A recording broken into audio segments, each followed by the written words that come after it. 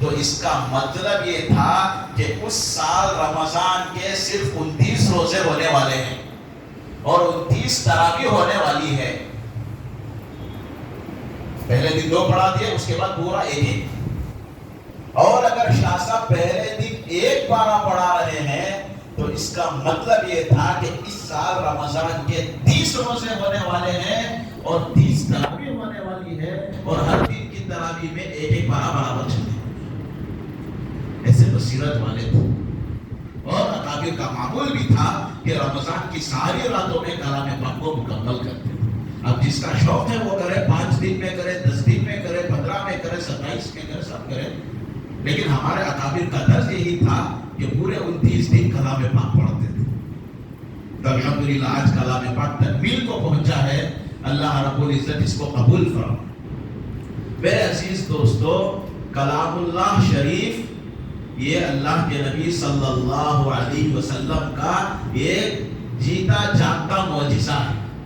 ویسے تو ہزاروں سینکڑوں معجزات اللہ نے اپنے نبی صلی اللہ علیہ وسلم کو عنایت فرمائے تھے، لیکن اس سے پہلے جتنے انبیاء علیہ السلام آئے تھے ان کو بھی اللہ نے معجزات سے نوازا تھا.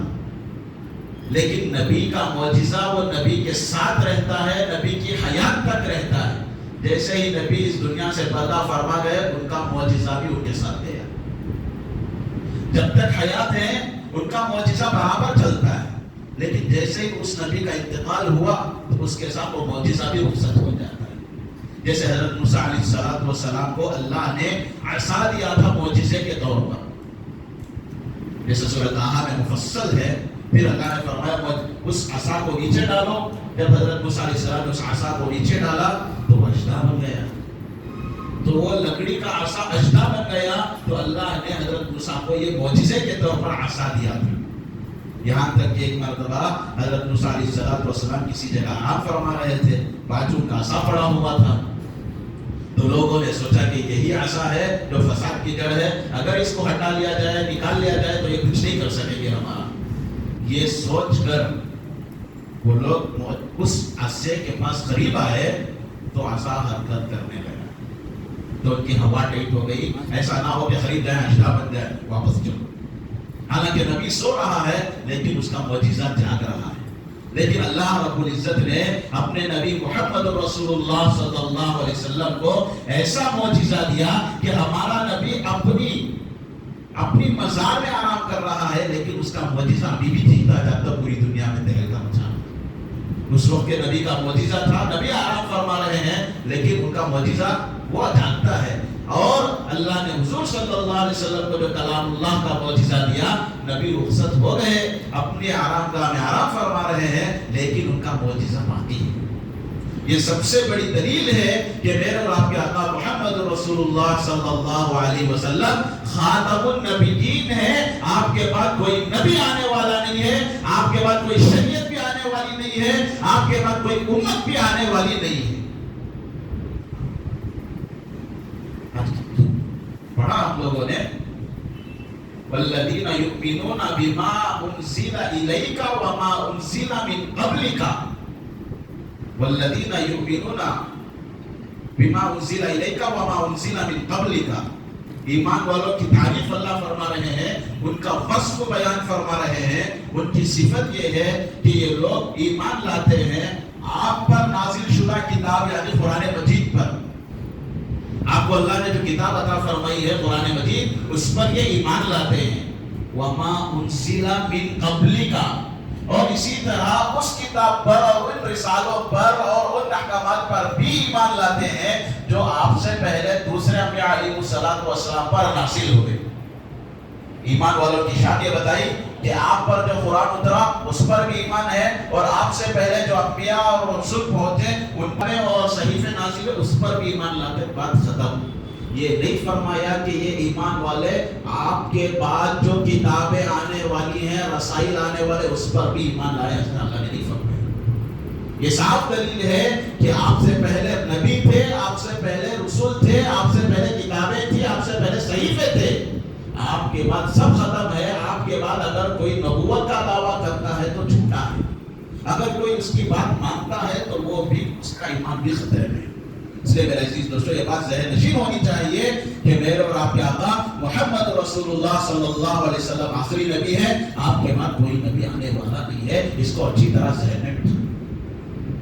میں یہ عرض کر رہا تھا اللہ رب العزت نے قرآن پاک کو حضور صلی اللہ علیہ وسلم کو بطور معجزے کے عطا فرمایا. اس کے 10 وجوہ اعجاز مفسرین نے لکھے. جیسے سب سے پہلا اس کا معجزہ یہ ہے کہ اللہ کے نبی صلی اللہ علیہ وسلم امی تھے. کسی سے پڑھنا لکھنا نہیں جانتے تھے. کسی کے سامنے زانوے تلفظ کبھی طے نہیں فرمایا. لیکن جیسے ہی وحی نازل ہو رہی ہے تو ایسا شاندار کلام آپ سنا رہے ہیں کہ دنیا سن کر دنگ رہ گئی. اللہ نے بطور معجزے کہ اللہ کے نبی کو یہ کلام دیا. لوگ پریشان ہیں, یہ تو امی ہے, کسی سے پڑھنا لکھنا نہیں جانتا ہے. اسی لیے اللہ رب العزت نے اپنے نبی کو اپنے علاقے والوں کے سامنے برابر 40 سال رکھا تاکہ وہ لوگ ان کے اخلاق کو دیکھیں, ان کے دن و رات کو دیکھیں, ان کے تعلیم و تربیت کو دیکھیں, ان کی تجارتوں کو دیکھیں, ان کے سارے معاملات کو دیکھیں, ان کو پرکھیں. تو لوگ جانتے تھے 40 سال سے ہمارے سامنے پلا پڑا ہے, کسی کے سامنے پڑھنے نہیں گیا ہے, اور اب 40 سال کے بعد نبوت کا دعویٰ جب سے کرنے لگا ہے تب سے ایسا شاندار کلام سناتا ہے کہ دنیا اس کی نظیر پیش کرنے سے عاجز ہے. تو قرآن پاک کا معجزہ ہے کہ نبی امی ہے اور وہ ایسا شاندار کلام سناتا ہے. اور اس کا دوسرا وجہ اعجاز یہ ہے کہ کلام اللہ شریف عربی زبان میں نازل ہوا, اور ایسے زمانے میں نازل ہوا جس زمانے میں عربوں کے اندر اپنی عربیت پر بڑا ناز تھا. ان کے گاؤں دیہات کے لوگوں کو بھی ہزاروں اشعار یاد تھے عربی کے. جہاں کہیں بھی کوئی مجلس لگتی, میلہ لگتا, خصوصاً حج کے دنوں میں لوگ پوری دنیا سے جمع ہوتے تھے, اپنے اپنے علاقے کا فرق دکھاتے تھے, تو کبھی کبھی اشعار کی, شعر و شاعری کی مجلس میں غائب ہو جاتی. تو چھوٹے چھوٹے بچوں کو جب معلوم ہوتا کہ ہمارے علاقے میں ایک مجلس منعقد ہوئی ہے شعر و شاعری کی, تو چھوٹے بچے وہ مجلس میں جاتے اور وہاں تہلکا مچا کے آ جاتے. وہاں کے بڑے بڑے شعراء تو گھٹنوں ٹیکنا پڑتا. چھوٹے چھوٹے بچوں کو ایسا, ان کی عربی ایسی تھی, ان کی عربی پر ان کو بڑا ناز تھا. تو ویسے موقع پر کلام اللہ نازل ہوا اور ڈنکے کی چوٹ پر اس نے چیلنج کیا, اگر تم سمجھتے ہو کہ محمد صلی اللہ علیہ وسلم ایک جادوگر ہے, نعوذ باللہ ایک کاہن ہے, تو تم بھی اس طرح ایک کلام پیش کر کے دکھاؤ. قُلْ إِن كُنتُمْ فِي رَيْبٍ مِّمَّا نَزَّلْنَا عَلَىٰ عَبْدِنَا فَأْتُوا بِسُورَةٍ مِّن مِّثْلِهِ. اگر تم ہمارے بندے پر نازل شدہ کتاب پر شک و شبہ کرتے ہو تو تمہارے لیے بھی اختیار ہے, جیسے یہ بندہ اپنی طرف سے ایک کلام پیش کر رہا ہے تم بھی اپنی طرف سے کلام پیش کرو. قرآن مجید میں 114 سورتیں ہیں, تم پوری 114 نہ صحیح ایک سورت پیش کر کے دکھاؤ. وَادْعُوا شُهَدَاءَكُمْ, اللہ یہ کہتے ہیں تنہا ایک آدمی کو کام کرنے کی, سر پٹکنے کی ضرورت نہیں.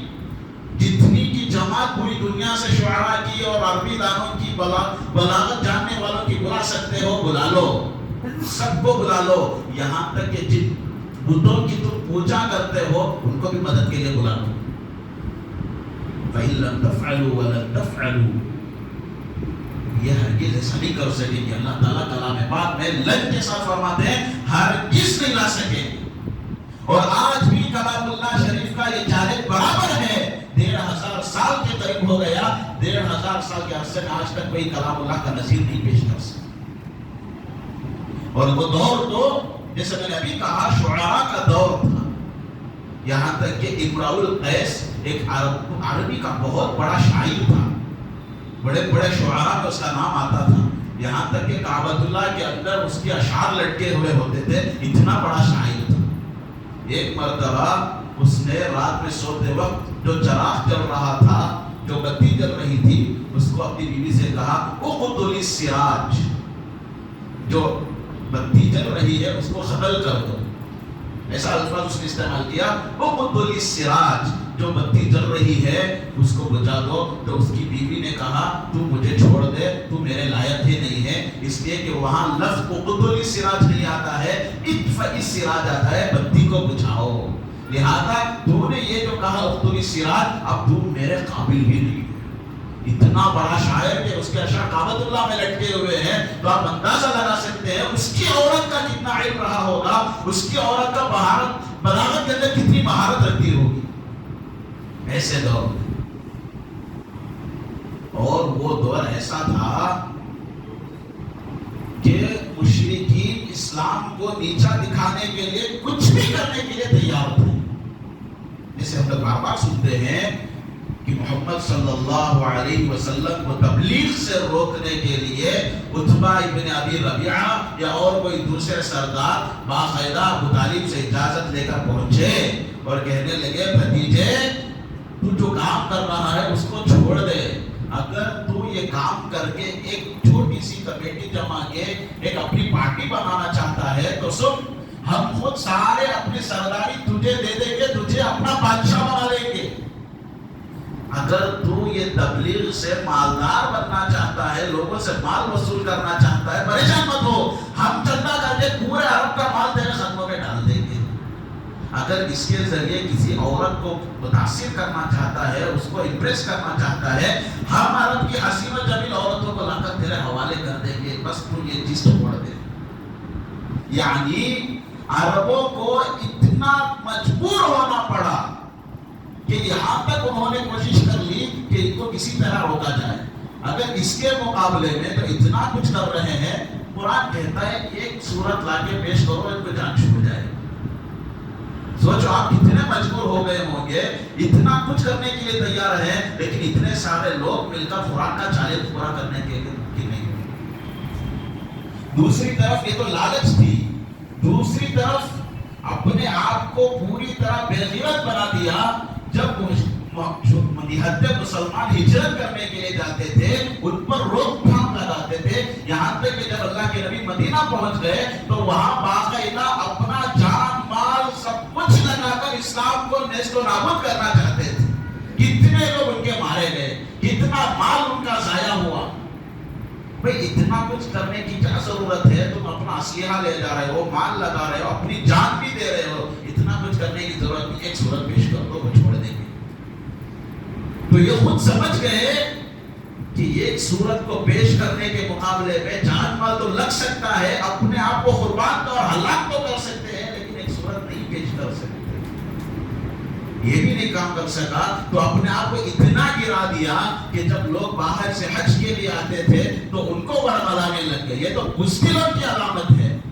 ان کو جا کے ورغلاتے تھے کہ ایک آدمی ہے، فلاں ہے وغیرہ، اور وہ شاعر ہے، وہ کاہن ہے، اور وہ جادوگر ہے، اس کی بات کو مت سنو. یہاں تک کہ وہ اتنے بے بس ہو گئے کہ اب آپ کو کوئی بس نہیں چل رہا ہے تو لوگوں کے آگے منت سماجت کر رہے ہیں کہ آپ ان کا کلام مت سنو. اتنا گرنے کی ضرورت نہیں ہے، ایک صورت پیش کر دو. اتنا کرنے کی ضرورت نہیں ہے، ایک صورت پیش کر دو. ولید ابن شیبہ اس وقت میں بڑے شعراء میں شمار ہوتا تھا. اس نے اگر لوگوں سے یہی کہا میں خدا کی قسم تم لوگوں میں سب سے زیادہ عربی اشعار کو جاننے والا ہوں، جتنا میں عربی اشعار جانتا ہوں تم میں سے کوئی نہیں جانتا. لیکن جو کلام محمد صلی اللہ علیہ وسلم سناتے ہیں خدا کی قسم وہ شعر نہیں ہے، وہ شعر نہیں ہے. لیکن پھر بھی ہم کو روکنا ہے. ایک کام کرو، جو مجمع آتا ہے ان سے کہہ دو کہ وہ شاعر ہے. تو لوگوں نے کہا تو کہہ رہا ہے کہ لوگوں کو کہہ دو وہ شاعر ہے، لیکن یہاں آنے والے بڑے بڑے شعراء ہوتے ہیں، جب وہ ان کا کلام سنیں گے تو خود فیصلہ کر دیں گے کہ یہ شاعر کا کلام نہیں ہے. وہ مجبور ہو گئے، لوگوں کو ورغلا بھی نہیں سکتے. یہاں تک کہ حضرت ابو ذر رضی اللہ عنہ کے بارے میں لکھا ہے، انہوں نے جب اللہ کے نبی صلی اللہ علیہ وسلم کی نبوت کے بارے میں سنا تو اپنے بھائی کو بھیجا. اور ان کے بھائی ایسے تھے کہ شعر و شاعری بھی جانتے تھے، تھوڑا بہت کہانت کا علم بھی جانتے تھے.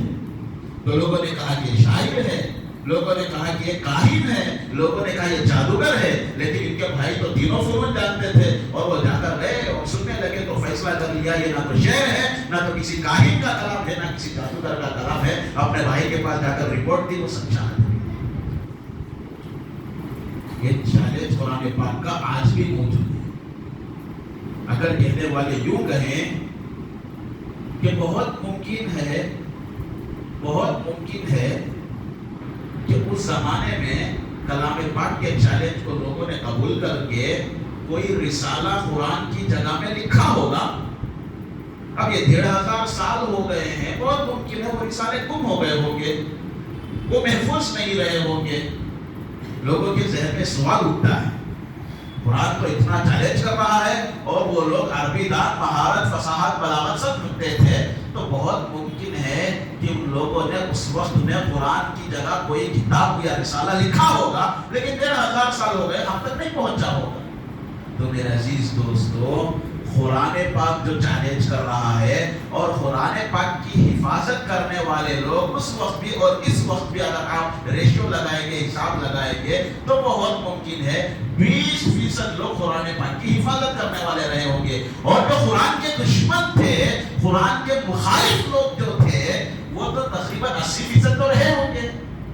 جب انہوں نے کلام پاک کو نیچا دکھانے کے لیے اور حضور صلی اللہ علیہ وسلم کی تبلیغ کو نیچا دکھانے کے لیے اپنے آپ کو پیش کر دیا، مال کی لالچ دے دی، عورتوں کی لالچ دے دی، لوگوں کو ورغلایا، تو جب اس کے مقابل میں لکھا گیا رسالہ اگر موجود ہوتا تو اس کی حفاظت نہیں کرتے. اگر لکھا ہوتا تو اتنا سب کچھ کر رہے ہیں اسلام کے خلاف، تو اسلام کے خلاف میں جو لکھا گیا ہوگا رسالہ اس کی حفاظت نہیں کرتے. اگر کوئی یہ کہے کہ ٹھیک ہے قرآن مجید ایک انوکھی کتاب ہے، بے نظیر ہے، بے مثال ہے، اس کا کوئی ثانی نہیں ہو سکتا، اس کی جگہ کوئی نہیں لے سکتا، لیکن دنیا کے اندر اور بھی کتابیں ایسی ہیں جس کا مثل آج تک نہیں آیا. سنسکرت والوں میں وہ کالیداس وغیرہ کچھ آدمی کا نام ہے، اس نے سنسکرت میں کچھ لکھا، لوگوں کا ماننا ہے آج تک اس کی جگہ کوئی دوسری کتاب نہیں آئی. عربی میں بھی کتابیں ایسی شاندار لکھی گئی، متنبی ہے، اور خود قرآن پاک کی ایک ایسی تفسیر ہے جس کے اندر مفسر نے نقطے والا حرفی استعمال نہیں کیا ہے. کلام پاک کی تفسیر ایسی شاندار اس نے لکھی ہے کہ اس کے اندر جیسے تا ہے، با ہے، نون ہے، اس کے اندر نقطے آتے ہیں، لیکن اس نے ایسے الفاظ اور ایسے حروف لیے ہیں کہ اس میں نقطہ ہی نہیں ہے. ایسا تو اس کی جگہ دوسری کتاب کوئی نہیں آئی.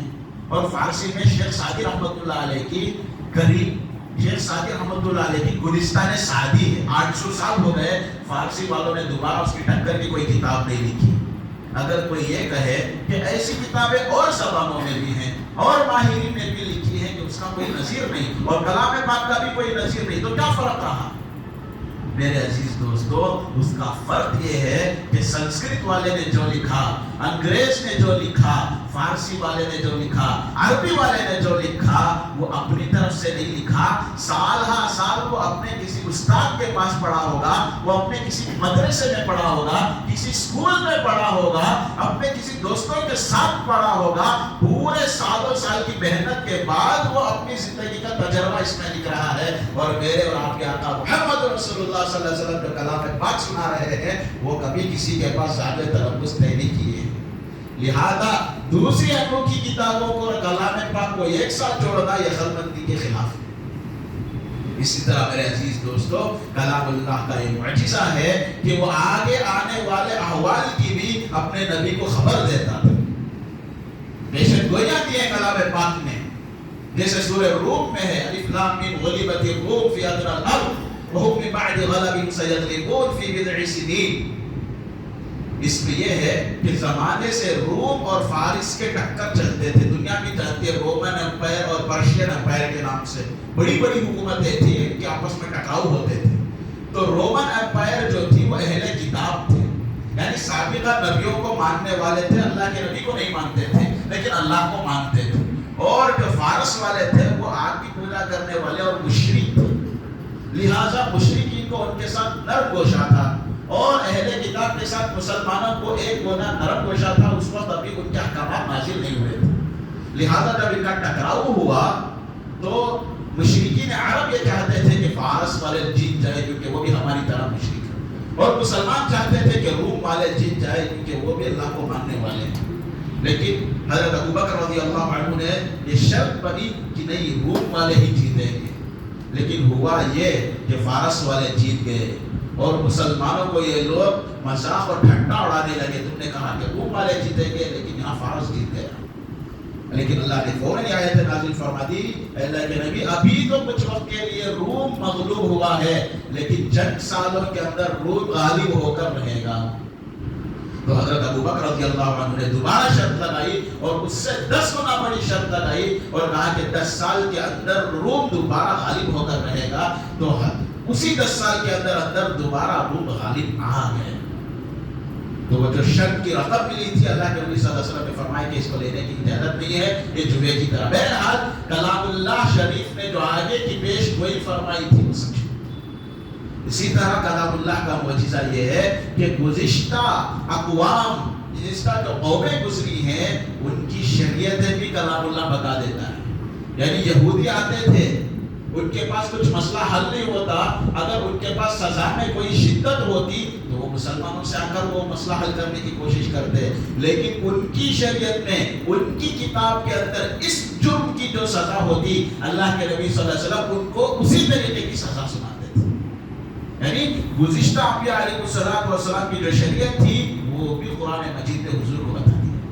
جیسے طائف والے واقعے میں عداس نامی غلام اللہ کے نبی صلی اللہ علیہ وسلم کے پاس وہ کچھ کھجور اور پھل لے کر آیا تھا, تو حضور نے پوچھا تو کہاں کے ہو؟ وہ کہنے لگا میں نئے گوا کا ہوں. تو آپ نے فرمایا اچھا یونس ابن متیٰ کے گاؤں کے رہنے والے ہو. یعنی گزشتہ انبیاء علیہ السلام کے تذکرے بھی قرآن میں.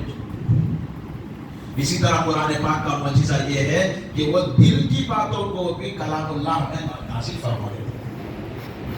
یہ یہودی مدینے کے حضور صلی اللہ علیہ وسلم کی مجلس میں آتے تھے اور السلام علیکم کی جگہ السلام علیکم کہتے تھے. نعوذ باللہ تم پر موت آئے. لا حجیکم بتحیتی. پھر آگے دل میں وَيَقُولُونَ فِي أَنفُسِهِمْ لَوْلَا يُعَذِّبُنَا اللَّهُ بِمَا نَقُولُ.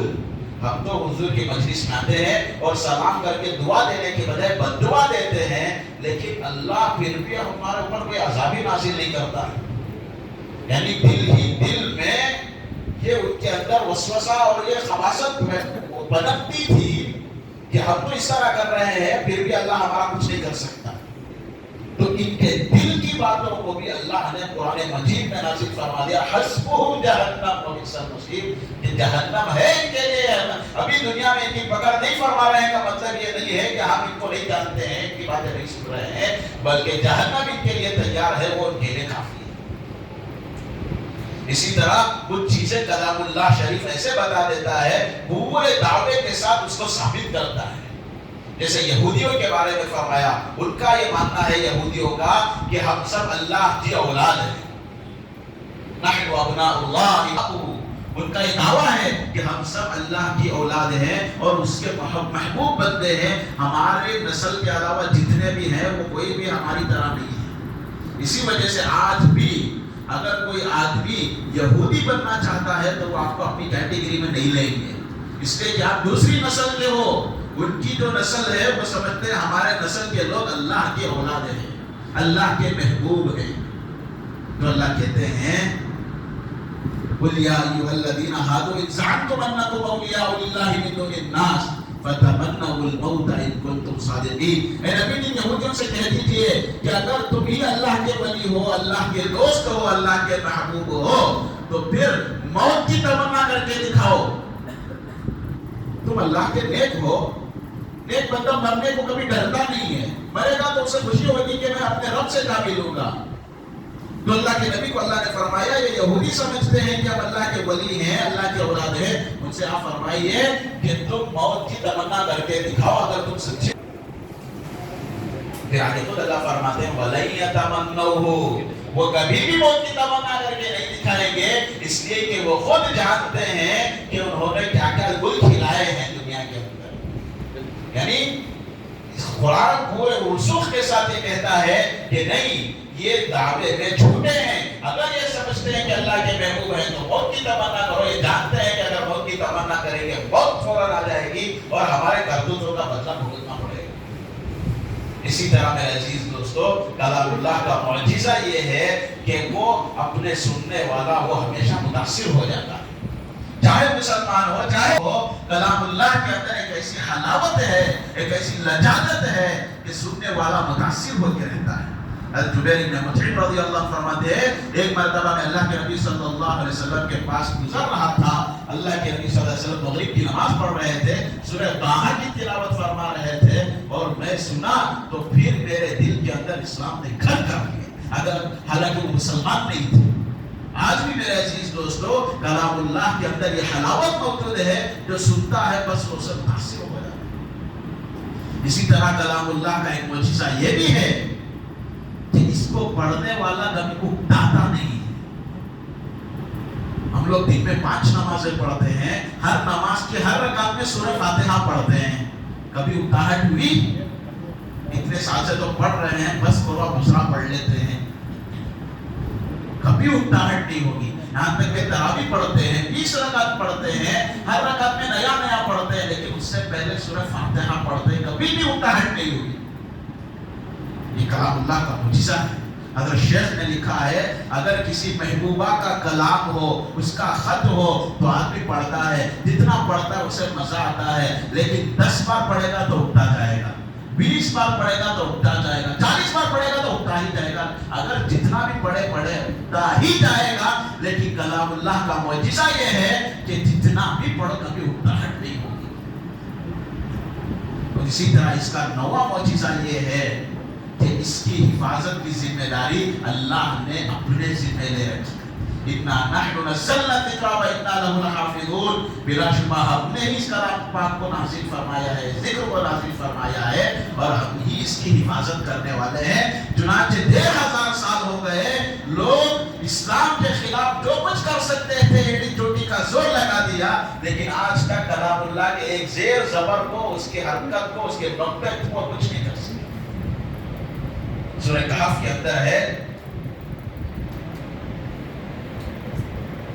سورہ کہف میں ہے حتی اذا اتیا اہل قریۃ استطعما اہلها فابوا ان یضیفوہما۔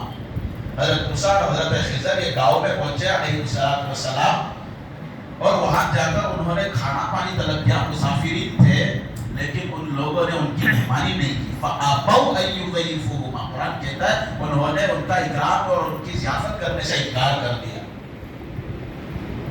لیکن کچھ زمانے کے بعد جب اللہ کے نبی صلی اللہ علیہ وسلم پر کلام پاک اترا تو صدیوں پرانا واقعہ یہاں اللہ نے کھول کھول کے بیان کر دیا کہ موسیٰ علیہ السلام اور حضرت خضر ایک جگہ گئے تھے، وہ علاقے والوں نے ان کی کوئی خیر خبر نہیں لی، لیکن جب اسلام پھیلا تو اس علاقے کے اندر بھی اسلام پہنچا۔ پھر وہ لوگ جب مسلمان ہوئے اور کلام پاک کو پڑھا تو ان کو شرمندگی ہوئی کہ ہمارے علاقے میں نبی آئے تھے اور ہم لوگوں نے ان کا اکرام نہیں کیا۔ چنانچہ وہ وقت کے خلیفہ کے پاس پہنچے اور درخواست کرنے لگے، حضرت ہمارے علاقے والوں کے بارے میں کلام اللہ نے ایسا کہہ دیا ہے، آپ کیا کرو، فَأَبَوْا أَن يُضَيِّفُوهُمَا کی جگہ فَأَدَّوْا کا لفظ بڑھا دیجیے، یعنی با کو ہٹا دیجیے اور اس کی جگہ تا کو لگا دیجیے، جو ایک نقطہ با کا نیچے ہے اس کو اٹھا کر اور 2 نقطے اوپر لگا دیجیے، فَأَبَوْا کی جگہ فَأَدَوْا ہو جائے گا اور ہماری عزت بچ جائے گی۔ تو وقت کے خلیفہ نے کہا جو کام نبی نے نہیں کیا، بڑے بڑے لوگوں نے نہیں کیا، میں کیسے کر سکتا ہوں؟ آج کے بعد سے لے کر قیامت تک ہر قاری ہر قرآن پڑھنے والا یہاں فَأَبَوْا ہی پڑھے گا، فَأَدَوْا نہیں پڑھے گا۔ تو دنیا والوں نے لاکھ کوشش کر لی کلام پاک کو بدلنے کی، لیکن حفاظت کی ذمہ داری رب العالمین کی ہے، اور آج دنیا دیکھ سکتی ہے کہ کیسے کیسے اس کی حفاظت ہو رہی ہے۔ چھوٹے چھوٹے بچے بھی اپنے سینے کے اندر اس کو لیے ہوئے ہیں، چھوٹے چھوٹے بچے 7 سال کے 6 سال کے بچے حافظ ہو گئے۔ اب گزشتہ سال ان دنوں میں رمضان کے دنوں میں شیموگا میں تھے، وہاں ہم نے دیکھا ایک مفتی صاحب ہیں، ان کے 2 بچے ہیں، چھوٹے چھوٹے بچے، 11 سال کا ہے، 9 سال کا ہے۔ وہ 11 سال کا چھوٹا بچہ جب 2 سال پہلے 9 سال کا تھا تو اس وقت میں وہ حافظ ہو گیا تھا، اور کتنے دنوں میں حافظ ہوا تھا؟ 7 مہینوں میں حافظ ہو گیا۔ لاک ڈاؤن چل رہا تھا ان دنوں میں، لاک ڈاؤن چل رہا تھا، مدرسے نہیں، اسکول کا بچہ ہے وہ، مدرسے کا بچہ بھی نہیں ہے، وہ اسکول جاتا تھا، اسکول بند ہو گیا، کیا کرنا؟ دنیا والے کیرم لے آئے، دنیا والے نہیں معلوم کیا کیا مشغلے لے آئے، لیکن ان کے والد نے ان کو کلام اللہ ہاتھ میں دے دیا تو وہ بچہ 7 مہینے کے اندر پورا کلام پاک حفظ کر دیا۔ یہاں تک کہ جب ہم 2 سال کے بعد پہنچے تو ان کے والد بتا رہے تھے کہ کل آپ اس کا امتحان لیجئے، جو بھی حافظ یا عالم آتا ہے میں اس کو اس کا امتحان لینے چھوڑ دیتا ہوں. اب تک 200 لوگوں نے اس کا امتحان لے لیا ہے. اب 2 سال کے بعد اس کا کلام اللہ، اس کا قرآن پاک اتنا پکا ہو گیا کہ اب وہ آپ جو آیت بولیں گے پورا پیچھے سے پڑھتا جائے، پورا قرآن. من الجنۃ والناس الذی یوسوس فی صدور الناس من شر الوسواس الخناس. ایسے پورا قرآن پڑھ سکتے ہیں. جیسے سامنے سے ہم لوگ پڑھتے ہیں اس طرح پورا قرآن پیچھے سے پڑھنے پر حاضر ہو گئے ہیں. اب اس کے اوپر اور مشق ہو رہی ہے. اب وہ کیا کر رہا ہے؟ متشابہات یاد کر رہا ہے. ان اللہ علی کل شیء قدیر. قرآن پاک میں کتنی جگہ ہے اس کو معلوم ہے. آپ وہ آیت بولیں گے، ٹکڑا بولیں گے، وہ بولے گا کہ 5ویں پارے میں ہے، 6ویں پارے میں، 7ویں پارے میں ہے. پھر اس کو آیت پوری پڑھے گا، پھر آپ سے پوچھے گا کہ پیچھے سے پڑھوں یا آگے سے پڑھوں. اس کا